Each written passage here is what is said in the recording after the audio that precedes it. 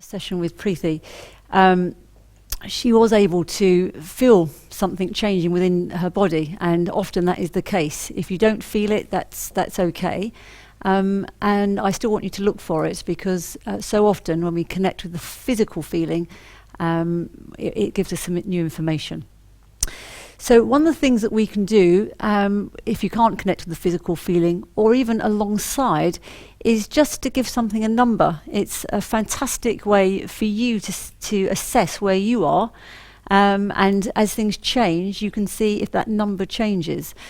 Sometimes it may go up a little bit before it goes down, and that's not such a bad thing. It's usually that the body's really connecting with that emotion more fully.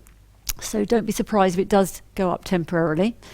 And in many cases, it will go down. The more we tap, it goes down further and further. There will be some instances where it may go completely and you can't even pull up that emotion, which is wonderful. And there'll be other times when you can get it from a 10 being the highest down to, say, a 2 or 3, and that just needs to sit there for a while. So I always say to my clients, or if I'm working on myself, okay, I've got this feeling, this worry, this anxiety, whatever it may be, and just sit with it for a moment. On a 1 to 10, what's that level of feeling? So 1 is the very lowest, it's hardly there at all, and 10 is it's really heightened and it's all-consuming. So once you've done that, and you can assess, okay, right now it feels an 8, and it's whatever it feels to you. There's no right or wrong answer. Then we're in a really good place to start our tapping process with the opening statement, all the points. And again, at the end of each session, when Austin was working with Preeti, he asked her to assess how she was feeling. When you're assessing how you're feeling, you'll get new thoughts that come up from time to time, thoughts that you didn't even know were there sometimes, which is always interesting. But it's the subconscious bringing another layer up. So we really need that time to assess. That is absolutely vital. And then you can reassess, what number is this on a 8 out of 10? Now it's a 6 out of 10. Well, straight away that feels really empowering that we can get it down to a 6 out of 10.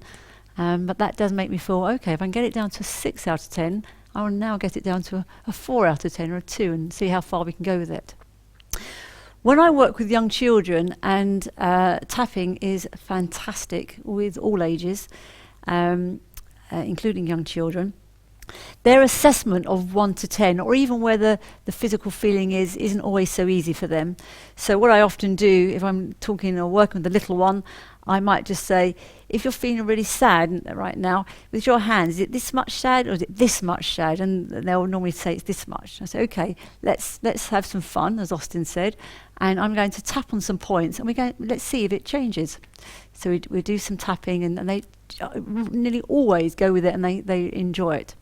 And then I'll ask them again, how are you feeling now? Can you show me your hands? And they'll say this much or this much. So it's wonderful just for them to feel how much it can change and to assess that feeling. It's particularly wonderful, I have to say, when they say, it's like this. I think, yes, it's gone. And that's great for them too. And they look in amazement. Oh my goodness, how did that happen? So assessing a physical emotion, the intensity of that emotion. I'm feeling, I don't want to say anything in case I spark off anything with you particularly, but it may be anxiety or worry or guilty. I'm really feeling guilty. Go back into that place. Okay, what happened? Why am I feeling guilty?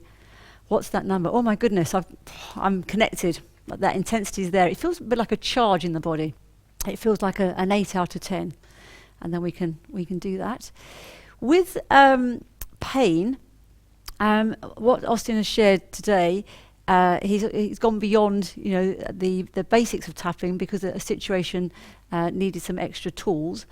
So you may feel, my goodness, there's so much there. Where do I start? So this is where I'm going to help you. What you can do, is start with assessing the level of pain. So if you had a pain in your shoulder, you may need to just activate it a little bit, just to get that pain. Oh yeah, in that position I can feel it. And then, okay, in that position where it's uncomfortable, what number is it? And if, for example, you feel it's a 7 out of 10, you could even choose to start your opening statement with that. Even though I have this pain in my shoulder and it's a 7 out of 10 right now, I can choose to release it. It's the same procedure, really. but focusing in. The more we focus in on the pain or the emotion, the more powerful the tapping is going to be. So we really want you to. Sometimes people may say, oh my goodness, that feels uncomfortable. Can I just move it? If it's too uncomfortable, of course. But if you are able just to access it enough to tune into it, then it's going to be even more powerful. So we want you to do that. One of the things that often happens actually in my practice is that someone may, I'll give you an example that's happened not so long ago. A lady came to see me and she was quite concerned that her blood pressure was particularly high and she was struggling to get it down. And I asked her what was going on for her at that time. And at the time, I think we were going along the lines of frustration that was taking place in her partnership. But what was really interesting, when she said my blood pressure is really high, I asked her, what numbers are coming up at the moment, and she did. Well, she wanted to show me how high it was, so she actually brought her little portable blood pressure unit, and we had the luxury of testing it there and then, and reading making a note of the reading, which was indeed high. We didn't actually even tap on the blood pressure, Austin. It was really interesting. What we did was just go into the frustration, what was going on, and we did a few rounds of tapping. A little bit like what happened with Preeti, really. A new thought that was more dominant came up, so we went with that. And we spent, I don't know, maybe 20 minutes or so doing that. And then that little curiosity voice in my head, and I asked, could we just assess in a different way, because we had this piece of apparatus with us. And she tested her blood pressure, and it really did amaze me to see it had dropped significantly.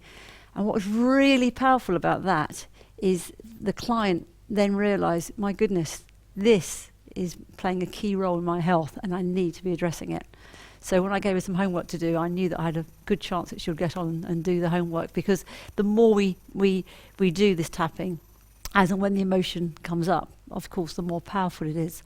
I will say at this point, if you are working with anyone who's got high blood pressure or any other medical condition, please always make sure they get it checked with the doctor, and certainly don't adjust any medication or do anything without having it fully monitored with the doctor. However, with the doctor's consent and monitoring her blood pressure, she now has some tools that she can reduce it and keep it down. So that was wonderful.